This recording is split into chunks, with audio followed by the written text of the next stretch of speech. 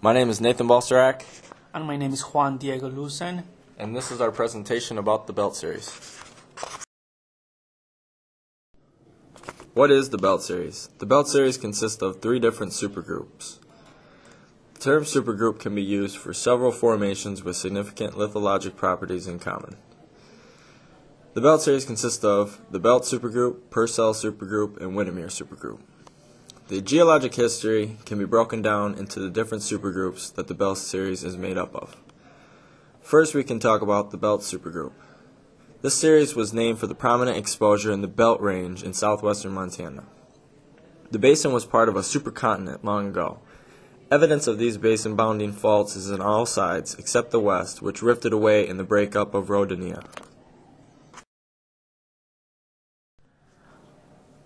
More evidence can be found within the belt rock features.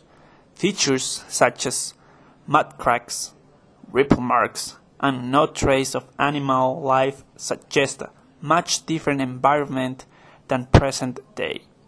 Also, alternating layers of hematite and chloride suggest that the sea environment fluctuated in the deep of the Belt Sea.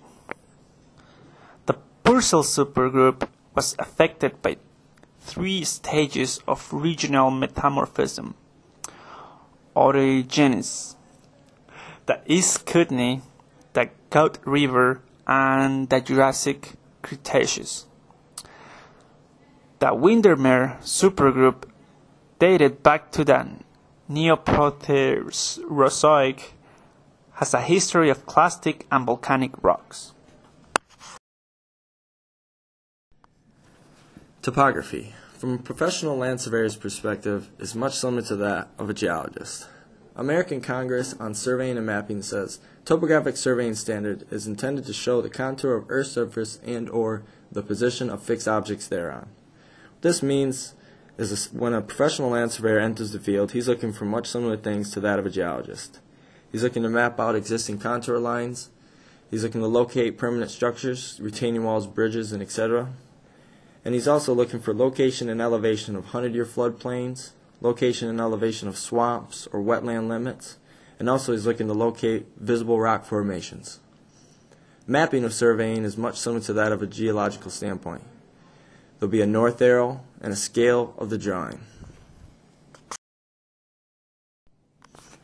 This map shows what surveyors and geologists can produce from data collected in the field for topographic mapping. As you can see in the picture, they have boundary lines of states, river plains, river locations, mountain ranges, and etc. All this data was collected from professional land surveyors and geologists working together in the field. Rock and fault! Yeah! As we can see, there's similarities on rocks such as limestones and quartzite, where they can be found on different parts of the Belt Series. This figure shows principal sedimentary types and structures. As we can see, similar to our evidence before, the interpretation shows a much different environment than there is today. Also, it shows a very diverse area of sedimentary types. Structures? You mean like the Mackinac Bridge? No, geologic structures, you dummy. Oh, you mean like deformed rocks. One major geological structure in the Belt Series is the Lewis Overthrust Fault. Caused by compressional forces, this fault is where there has been a relative movement of rocks in a lower position pushed up and over higher rocks. An example is older rocks on top of younger rocks, where superposition is flipped. The figure here, cross-section of Glacier National Park, shows folded and uplifted sedimentary deposits from the Belt Series on top of older Cretaceous formations.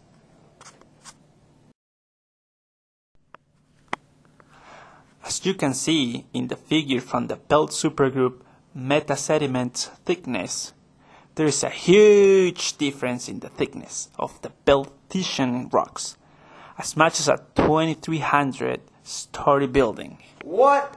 That's crazy! As old as dirt. Rock ages in the belt series depend on the supergroup. For the belt supergroup and Purcell supergroup, we have Mesoproterozoic era, 1600 to 1000 million years ago. That's old. The Whittemere supergroup, Neoproterozoic era, is only about 1000 to 500 million years ago. The ages from what we can find were determined using radiometric survey, which is pretty cool stuff. Uniform spatial measure of spontaneous radioactive decay in rock units. This radiation that's picked up is measured from the gamma radiation.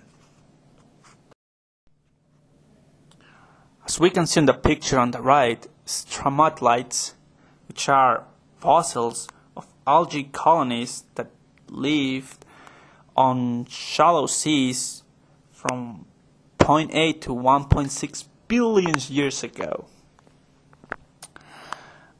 For natural resources, our deposits are big. Sullivan volcanogenic massive sulfide deposits are on the Coralline area. That wraps up our presentation about the belt series. And for now, we'd like to say go Boise State, and is there any questions?